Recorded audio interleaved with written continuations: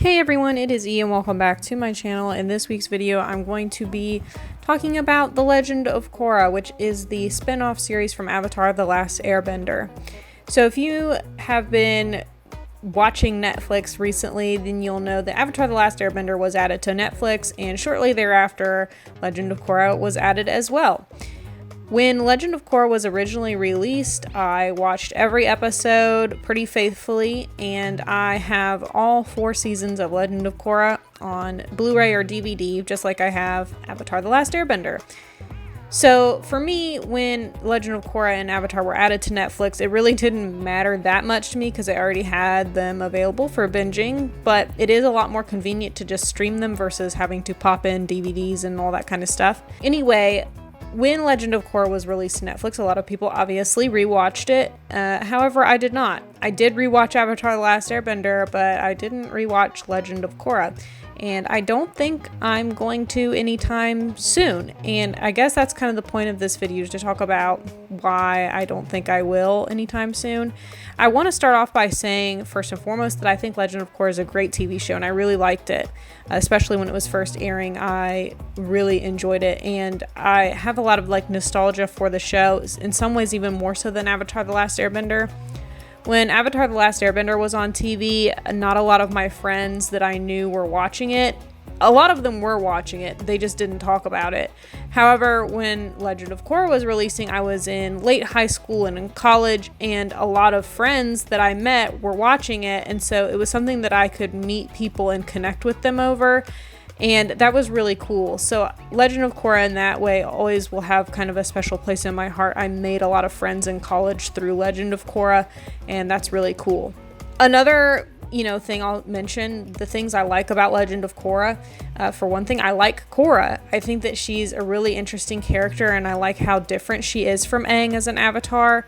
She's super hot-headed and competitive, and just, I don't know, I really like that about her. I think that that's really fun. Also, Bolin is a really likable character. He's super sweet and funny, and he is a really great kind of comedic relief character. Another thing I like is the setting. I think it's interesting how, especially in the first season, basically the whole show takes place within the confines of a city. That's really cool. And it was originally going to be like a limited series of just 12 episodes, so that was really cool. And the main thing, though, is the time. So this is set 70 years after Avatar: The Last Airbender, and I think they really did a good job kind of building out that world and showing us the natural extension of what would happen next in that world after the war. I do like the more mature vibe. I think that the creators of the show really respected their original audience, understanding that when Avatar: The Last Airbender came out, their fans were 10, 11, 12 in middle school, which is what I was. And when they created Legend of Korra, they aged up the protagonist to be 17, 18, which is how old their original fans were.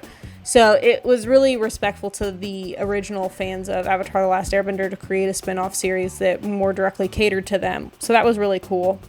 And of course, the animation in Legend of Korra is impeccable. It was already good in Avatar: The Last Airbender, but of course, years passed, and so things improved. And Legend of Korra is a really beautiful, well-done, good-looking show. And finally, I'll say the villains in Legend of Korra were really imaginative, especially the season 3 villains, Zahir and his crew of super awesome benders who have all these unique abilities. They had really good villains in Legend of Korra. There are other things I like about the show, but that's all I'll mention for now. For now, I'm going to talk about why I don't really want to rewatch Legend of Korra, and maybe these are things that I kind of really don't like about the show. I'm going to start off with probably the most minor offense, which is the animal characters in the show. Pabu, the little fire ferret, who's kind of like a stand-in for Momo, and Naga, who is Korra's animal guide, like Appa was for Aang. Neither Pabu nor Naga really have any personality to speak of, and I feel like Momo and Appa were characters, whereas Pabu and Naga really aren't. And that's a super minor complaint, but it's something that I always felt while I was watching Legend of Korra. Now, I know I was just a second ago praising Legend of Korra for being more mature. However, that does in some ways for me retract from the rewatch value. It's a little bit too dark at times. It's very emotional, which is good, but sometimes it's a little too heavy for casual watching. And again, I know I was just praising Korra's personality. I like her being hot-headed and competitive, but part of her being hot-headed and brash is that she makes a lot of mistakes that Aang, for example, would not have made. And it's not necessarily fair to compare them as avatars, but I think if you're comparing them as protagonists, Aang makes mistakes, but the mistakes he makes are not that difficult to watch, whereas Korra's failures get thrown up in her face so constantly, and she struggles so much because of her mistakes, and it's difficult to watch because it's kind of sad and depressing, honestly. Additionally, again, with the maturing themes, it also, I think, is a little bit, it's not cool that most of the protagonists of the show are actually adults. So Bolin, Mako, Korra, and Asami are teenagers. However, basically everyone else, all supporting characters and villains, are all adults. Tenzin, Lin, Suyin, they're all grown-ups. I think that in the final seasons where we're introduced to Suyin and her kids, finally we get introduced to some younger characters, which is good, but it took a while to get there. Even all of the villains are adults, and in Avatar The Last Airbender, we at least had Azula to be kind of our young, relatable villain character. So I do wish in some senses that more of the characters were younger, and there weren't so many adults serving as basically secondary protagonists or part of the main crew of the show. Another thing is that I think the stakes were a little bit too high. In Avatar The Last Airbender, we have sort of a world-ending event at the end of season 3, but at the end of the day, it's a war, and that's something very grounded in reality for most of us. We understand what war is. However, in Legend of Korra, we're having things like cataclysmic, apocalyptic events in almost every season after the first. We have Vatu, who's like the ultimate evil, like the embodiment of evil, and that's kind of like over the top. And then Zahir trying to like basically overthrow all the governments in the world. That's a lot more intense. And then of course with Kuvira, we're talking about like nuclear war and like just total like global destruction. Like, these are really high stakes, a lot more than just, you know, war and rebuilding after a war and trying to win a war. And the stakes being so high is it's a little bit too much tension for too long. Also, the bending in Legend of Korra seems like a totally different system with concepts like astral projection and whatever else that was going on at the end of season 2 with that fight between Korra and Vatu or whatever. Like, these things did not have any presence in Avatar The Last Airbender. Avatar The Last Airbender, as mystical as it was a lot more kind of grounded, like I said, in reality.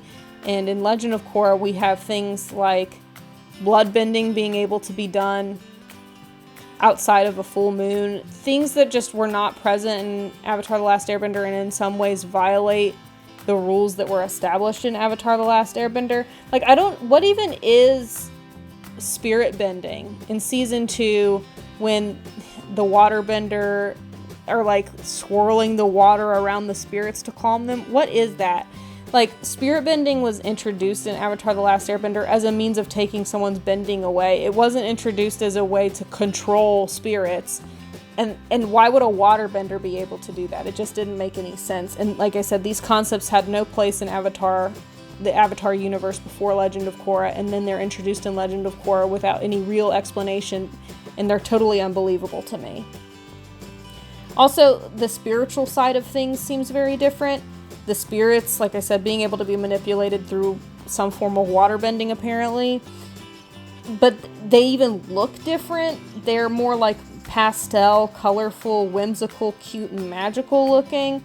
And they don't look like animals or anything that we know in reality. Whereas in Avatar The Last Airbender, they're more mysterious and mystical and ancient seeming and more grounded in some reality. Like, spirits looked like animals, like spirit of the forest in the mid-season finale in the first season of Avatar: The Last Airbender was a panda. And so those things are grounded in reality.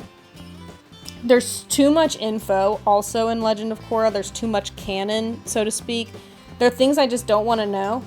And things that just don't make sense. Why are Toph, Aang, and Katara terrible parents?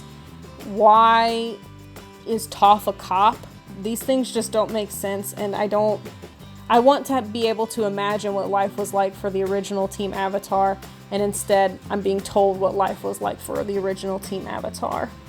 And finally, the most common complaint, I guess, about Legend of Korra is there's too much shipping drama. The first 2 seasons of Legend of Korra are basically all about Korra and Mako's relationship drama and a love triangle with Asami and Bolin, I guess, as well. It was okay to watch for 1 season, but basically we got a full 2 seasons out of it, and it was just totally unnecessary and not very fun to watch. So, like I said, I love Legend of Korra. I think it's a great show, but it's just not high on my priority list of shows to rewatch right now. And let me know if you feel the same way. Well, I'll catch you in the next one. I hope you guys have a great weekend. Bye-bye.